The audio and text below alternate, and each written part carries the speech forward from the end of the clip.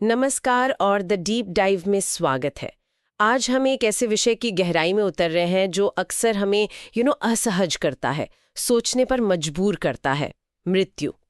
लेकिन हम इसे आत्मा, चेतना और चुनाव के एक बिल्कुल अलग नजरिए से देखेंगे, जैसा कि हमारे स्रोत सामग्री चैप्टर 22 में बताया गया है। हाँ, बिल्कुल। हमारे पास इसी चैप्टर 22 शीर्षक वाले स्रोत से कुछ अहम अंश हैं और ये स्रोत चेतना की प्रकृति, मृत्यु का अनुभव और जिसे वो सुपर कॉन्शियस विल या परम चेतन इच्छा कहते हैं, उस पर कुछ बेहद अनोखे, शायद कहें तो क्रांतिकारी विचार सामने रखता है। सही कहा। ये विचार वाकई सोचने पर मजबूर करते हैं। देखिए, हमारा मकसद यहाँ इन विचारों को आंख बंद करके मान लेना नहीं है, बल्कि उन्हें खोलकर समझना है। स्रोत क्या कहने की कोशिश कर रहा है, ये हमारे आम विश्वासों से कितने भी अलग क्यों ना लगे, इन्हें समझने की एक ईमानदार कोशिश करनी है आज। तो चलिए शुरू करते हैं ये गहरी चर्चा। बिल्कुल। और ये स्रोत हमें चुनौती देता है कि हम मृत्यु को एक दुखद अंत की तरह ना देखें, बल्कि एक परिवर्तन के रूप में देखें, एक संक्रमण या शायद एक चुनाव। चुनाव? हाँ, चुनाव। ये शब्द ही अपने आप में बहुत मायने रखता है। हम स्रोत की इसी सुपर कॉन्शियस विल या परम चेतन इच्छा की अवधारणा को समझने की कोशिश करेंगे और देखेंगे कि ये व्यक्तिगत और सामूहिक दोनों लेवल पर कैसे काम करती है स्रोत के अनुसार। तो कहाँ से शुरू करें? स्रोत का एक दावा है जो आइटम नंबर 10 में है, वो मुझे बहुत चौंकाने वाला लगा कि एक पूरी तरह से जागृत प्रजाति कभी भी किसी दूसरे सचेतन प्राणी की भौतिक अभिव्यक्ति, मतलब शरीर को, तब तक खत्म नहीं करेगी जब तक वो प्राणी खुद ऐसा करने के लिए ना कहे। हाँ। लेकिन हम इंसान, जो अभी शायद पूरी तरह जागृत नहीं है, हम अक्सर ऐसा करते हैं। ये अपने आप में एक बहुत बड़ा बयान है ना? बहुत बड़ा। ये हमारी मौजूदा हकीकत पर एक सीधी टिप्पणी है और यहीं से वो मुश्किल सवाल खड़ा होता है जो स्रोत भी उठाता है। तो क्या इसका मतलब ये है कि अगर किसी की हत्या हो जाती है या कोई दुर्घटना में मारा जाता है तो उसकी आत्मा ने कहीं गहरे स्तर पर मरने का चुनाव किया था? ये सोचना भी बहुत मुश्किल है। कोई आत्मा जानबूझकर मरना क्यों चुनेगी, खासकर हिंसक तरीके से? स्रोत का जवाब चौंकाने वाला है। वो कहता है हाँ, ऐसा ही है। सच में? हाँ, स्रोत का तर्क है कि हर मृत्यु, चाहे वो जैसी भी लगे हमें, उस क्षण में उस आत्मा के किसी गहरे उद्देश्य की पूर्ति करती है, वरना वो हो ही नहीं सकती थी। उद्देश्य? कैसे उद्देश्य? अब वो कारण क्या है? स्रोत कहता है कि वो उतने ही अलग अलग हैं, उतने ही व्यक्तिगत हैं जितनी की आत्माएं खुद। हो सकता है किसी कर्म चक्र को पूरा करना हो, या शायद किसी खास अनुभव की इच्छा हो, कोई सबक सीखना हो, या शायद किसी बड़े सामूहिक उद्देश्य में योगदान देना हो। स्रोत कोई एक सीधा जवाब नहीं देता, वो बस संभावनाओं का एक स्पेक्ट्रम खोलता है। लेकिन फिर भी जो लोग पीछे रह जाते हैं, उनका क्या? उनका दुख वो तो असहनीय होता है। क्या जाने वाली आत्मा इतनी स्वार्थी हो सकती है? नहीं, स्रोत कहता है नहीं, ऐसा नहीं है। जाने वाली आत्मा ने सब कुछ ध्यान में रखा होता है, ऐसा स्रोत का मानना है। वे पीछे छूटे लोगों के दर्द को कम करने की पूरी कोशिश करते हैं। कोशिश करते हैं? कैसे? ये समझाकर और कोशिश करके कि उन्हें अनुभव हो सके कि वे वास्तव में मरे नहीं हैं, बल्कि उन्होंने अपना कंटिन्यूएशन डे मनाया है, निरंतरता दिवस। निरंतरता दिवस? वाह! ये शब्द ही मृत्यु के हमारे पारंपरिक विचार से कितना अलग है। जीवन जारी है, रुका नहीं। बिल्कुल। लेकिन ये अनुभव कराकर वाली बात, इसका क्या मतलब है? क्या हम सचमुच महसूस कर सकते हैं कि जो चले गए वे अभी भी किसी रूप में मौजूद हैं? स्रोत का कहना है हाँ, बहुत से लोग ऐसा अनुभव करते हैं। स्रोत इसे विशाल किस्सा कहानियों का सबूत कहता है। एनेक्डोटल एविडेंस बहुत है। अच्छा। हालांकि इसे वैज्ञानिक रूप से साबित करना मुश्किल है, जाहिर है, लेकिन दुनिया भर में हर संस्कृति में ढेरों किस्से कहानियां हैं जहां लोगों ने बताया है कि कैसे उनके गुजर चुके प्रियजनों ने उनसे संपर्क साधा। कैसे? किस तरह से? हो सकता है सपनों के जरिए, या अचानक किसी खास खुशबू का आना, कोई खास गाना बार बार सुनाई देना, या बस एक गहरी अंदरूनी फीलिंग के वो आसपास हैं, ठीक हैं। ये तरीके बहुत सूक्ष्म हो सकते हैं, बहुत सटल। पर ये बातें बहुत से लोगों को अविश्वसनीय लग सकती हैं। शायद मन का वहम या दुख से उभरने का एक तरीका हमारी रोजमर्रा की लॉजिकल दुनिया में ये फिट नहीं बैठती आसानी से। हाँ बिल्कुल, और स्रोत इस पर कहता है कि ये बाहर देखने की बात नहीं है, ये अंदर महसूस करने की बात है। इंट्यूशन की तरह। ये उस गहरे ज्ञान, उस अंदरूनी सच की ओर इशारा कर रहा है जो हम सबके भीतर मौजूद है। लेकिन हमारी जो वर्तमान सभ्यता है, जो स्रोत के हिसाब से अभी अपनी आध्यात्मिक बचपन में है, उसकी सांस्कृतिक कहानियों और मान्यताओं ने हमें शायद इस अंदरूनी ज्ञान से दूर कर दिया है। हमने शायद इस पर भरोसा करना छोड़ दिया है, इसे स्वीकार करना छोड़ दिया है। अच्छा, तो अगर हम इस लॉजिक को, इस आत्मा के चुनाव वाले विचार को और आगे ले जाएं, स्रोत में एलियंस के हमले को लेकर भी एक बात है। क्या इसका मतलब ये हुआ कि अगर कोई बाहरी ताकत हम पर हमला करती है, तो भी अगर हमने, मतलब मानवता ने सामूहिक रूप से या किसी व्यक्ति ने अकेले अगर मरने का चुनाव नहीं किया है, तो हम मर नहीं सकते? क्या वाकई ऐसा हो सकता है? स्रोत के अनुसार हाँ, सिद्धांत रूप में ऐसा ही है। अगर किसी व्यक्ति ने या पूरी मानवता ने अपनी परम चेतन इच्छा, अपने सुपर कॉन्शियस विल के लेवल पर भौतिक अस्तित्व को छोड़ने का चुनाव नहीं किया है, तो स्रोत का तर्क है कि परिस्थितियां कुछ इस तरह से बनेंगी कि वो विनाश टल जाएगा। कैसे? मतलब कैसे टलेगा? स्रोत कहता है कि शायद कोई अप्रत्याशित हस्तक्षेप हो जाए, जैसे कि उन्नत प्राणियों का, हाईली इवॉल्व्ड बीइंग्स, जिन्हें स्रोत HEBs कहता है। HEB? हाँ, मतलब ऐसी चेतनाएं जो विकास के बहुत ऊंचे स्तर पर हैं, वो कभी कभी हस्तक्षेप कर सकती हैं, ऐसा स्रोत का मानना है। या शायद कोई और घटना घट जाए, कुछ ऐसा हो जाए कि हमला हो ही ना पाए। ये जो एनर्जी सिग्नेचर है, जिसे आत्मा का चुनाव या सुपर कॉन्शियस विल कहा गया है, ये सिर्फ बाहरी हमलों के लिए नहीं, बल्कि जीवन की हर परिस्थिति में काम करता है, व्यक्तिगत लेवल पर भी। व्यक्तिगत लेवल पर कैसे? इसे ऐसे देखें, यदि किसी व्यक्ति ने अपने सुपर कॉन्शियस स्तर पर, मतलब अपनी आत्मा की गहराई में, अपना शरीर छोड़ने का चुनाव नहीं किया है, तो स्रोत के अनुसार वो सबसे खतरनाक, जानलेवा लगने वाली परिस्थितियों से भी बच निकलेगा। अच्छा। हाँ, लोग उसे चमत्कार कहेंगे या कहेंगे किस्मत अच्छी थी, अविश्वसनीय बचाव मानेंगे। लेकिन स्रोत कहता है कि ये संयोग नहीं है, ये उस गहरी अवचेतन इच्छा शक्ति का नतीजा है जो कहती है अभी नहीं।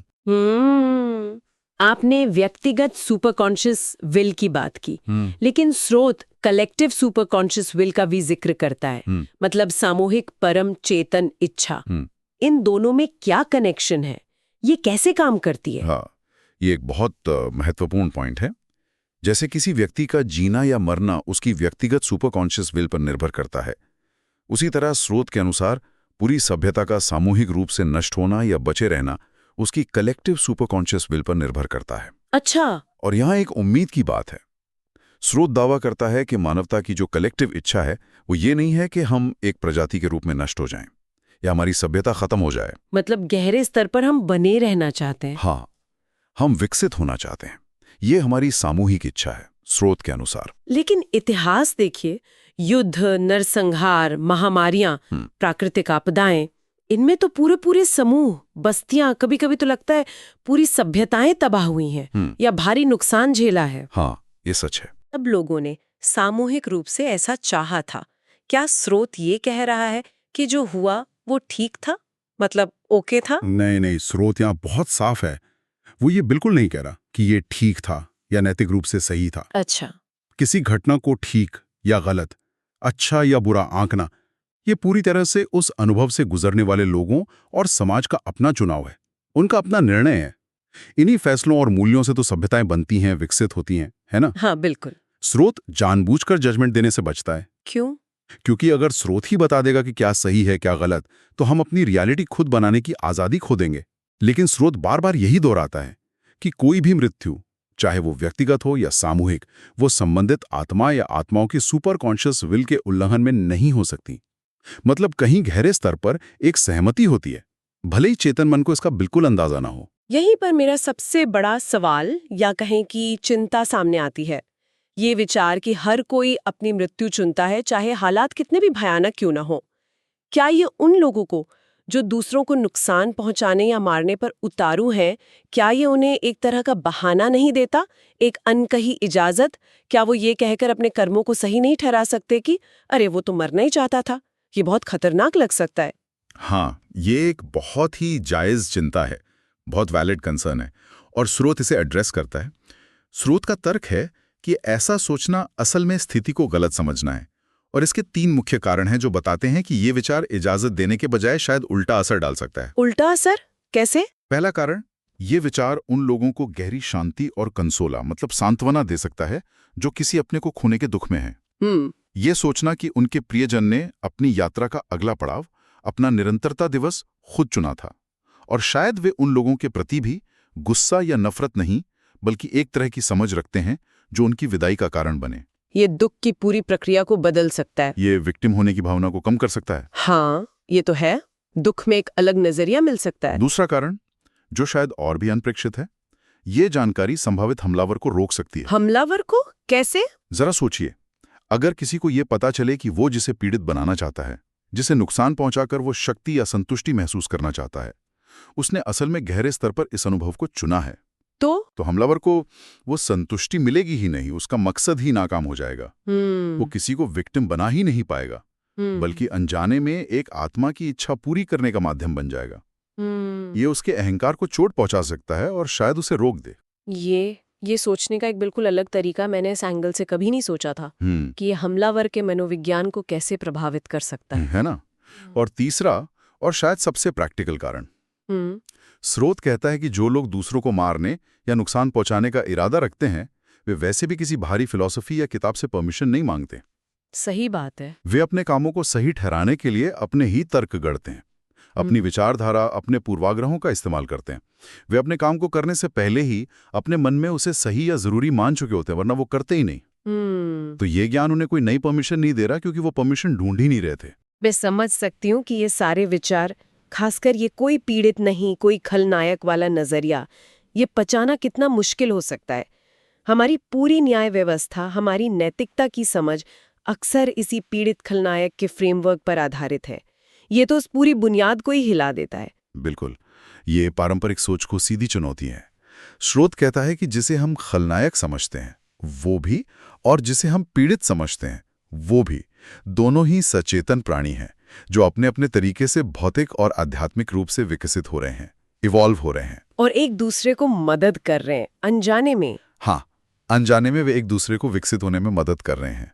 स्रोत में एक बहुत ही शक्तिशाली लाइन है, मैंने तुम्हारे पास केवल देवदूत भेजे हैं। देवदूत? हाँ, इसका गहरा मतलब शायद ये है कि हर व्यक्ति, हर परिस्थिति, चाहे वो कितनी भी मुश्किल या नेगेटिव क्यों ना लगे, वो हमारे विकास के लिए है, हमें कुछ सिखाने के लिए, हमारी चेतना का विस्तार करने के लिए एक अवसर है, एक कैटलिस्ट की तरह। ये बहुत गहरा है। स्रोत हमें एक और बहुत ही गहरा, आत्मा को झकझोर देने वाला सवाल सोचने पर मजबूर करता है। वो पूछता है, कल्पना कीजिए अगर आपको ये पता चले कि एक निश्चित समय पर, एक निश्चित तरीके से अपना भौतिक शरीर छोड़ने से आप अरबों लोगों की पूरी प्रजाति के विकास की प्रक्रिया को सदियों छोटा कर सकते हैं, तो क्या आप ऐसा करेंगे? और जवाब दिमाग से नहीं, चेतना की गहराई से, आत्मा के स्तर से देने को कहा गया है। ये सवाल हमें हमारी मान्यताओं की जड़ तक ले जाता है। बिल्कुल। आत्मा के स्तर पर स्रोत के अनुसार व्यक्ति ये गहराई से महसूस करेगा कि उसका असली अस्तित्व, उसकी चेतना कभी खतरे में पड़ी नहीं सकती। जीवन खत्म नहीं होता। नहीं, जीवन कभी समाप्त नहीं होता, केवल रूप बदलता है। इसलिए अपने अस्तित्व के रूप को अपनी मर्जी से भौतिक से अभौतिक में बदलना, ये जानते हुए कि इसे बाद में इच्छानुसार वापस बदला जा सकता है, और ये जानते हुए कि इस एक काम से अरबों आत्माओं का विकास तेजी से होगा, ये निर्णय उतना कठिन नहीं रह जाता जितना हमारे चेतन मन को लगता है। अच्छा। स्रोत इसकी तुलना बर्निंग बिल्डिंग मोमेंट से करता है, जलती इमारत का क्षण। वो क्या है? जैसे जब कोई बिना सोचे समझे किसी बच्चों को बचाने के लिए चलती इमारत में कूद पड़ता है। उस पल अपनी जान की परवाह नहीं होती, वहां एक गहरी तात्कालिक समझ होती है कि क्या ज्यादा महत्वपूर्ण है। आत्मा के लेवल पर शायद ऐसा ही होता है। और ये सब संभव है क्योंकि, जैसा कि स्रोत कहता है, हमारा मूल स्वभाव ही प्रेम है। क्या यही वो शक्ति है जो ऐसे निस्वार्थ लगने वाले फैसलों या समझ को मुमकिन बनाती है? हाँ, स्रोत इसी निष्कर्ष पर पहुंचता है। प्रेम ही सबका मूल स्वरूप है, हमारी असली पहचान, और इसी गहरे प्रेम और समझ की वजह से आत्मा उस व्यक्ति या समूह को भी माफ कर देती है जो उसकी भौतिक मृत्यु का कारण बना। माफ कर देती है? हाँ, क्यों? क्योंकि आत्मा के स्तर पर यह एहसास होता है कि वो लोग जो कर रहे थे, शायद वे चेतन स्तर पर पूरी तरह से समझ ही नहीं रहे थे कि वो किस बड़ी योजना का हिस्सा बन रहे हैं, या उनके कामों का गहरा आध्यात्मिक महत्व क्या है। अंततः समझ जो है वो माफी की जरूरत को ही खत्म कर देती है। समझ माफी की जगह ले लेती है। हाँ बिल्कुल। स्रोत कहता है कि एक गुरु या ज्ञानी के मन में माफी का विचार नहीं आता, क्योंकि वहां समझ होती है। और ये समझ, ये जागरूकता सिर्फ मृत्यु के बाद ही नहीं आती, इसे जीवन में किसी भी पल अपनाया जा सकता है। जागरूकता का ये निरंतर विस्तार ही विकास है, यही असली इवोल्यूशन है। तो आज हमने चैप्टर 22 के अंशों के जरिए मृत्यु, चुनाव और सुपर कॉन्शियस विल जैसे कुछ बेहद गहरे और यकीनन चुनौतीपूर्ण विचारों पर मंथन किया। काफी कुछ सोचने को मिला। हाँ बिल्कुल। जो मुख्य बात उभर कर सामने आई वो ये है कि ये स्रोत मृत्यु को एक अंत या त्रासदी के रूप में नहीं देखता, बल्कि इसे आत्मा का चुनाव, विकास और चेतना की एक सतत यात्रा का हिस्सा मानता है। ये निश्चित रूप से दुनिया और जीवन की घटनाओं को देखने का एक बिल्कुल अलग फ्रेमवर्क देता है। ये हमें पीड़ित और खलनायक की परंपरित भूमिकाओं से परे देखने के लिए उकसाता है और हर घटना को एक बड़े आध्यात्मिक कॉन्टेक्स्ट में समझने की कोशिश करता है। हाँ। और ये विचार की सच्ची समझ आने पर माफी की जरूरत नहीं रहती, ये अपने आप में बहुत शक्तिशाली है। इस पर गहरे चिंतन की जरूरत है, मुझे लगता है। बिल्कुल। और जैसा कि हम हमेशा करते हैं, जाते जाते सुनने वालों के लिए एक विचार छोड़ जाते हैं। अगर हम अपने जीवन में घटने वाली घटनाओं को, खासकर मुश्किलों, चुनौतियों और नुकसानों को इस नज़रिए से देखने की कोशिश करें कि कहीं न कहीं किसी गहरे स्तर पर हमारे आत्मा ने इन अनुभवों को अपने विकास के लिए चुना है, तो हमारे रोज़मर्रा के अनुभव, हमारी प्रतिक्रियाएं और शायद हमारी भावनाओं का पूरा लैंडस्केप वो कैसे बदल सकता है, इस पर विचार ज़रूर कीजिएगा।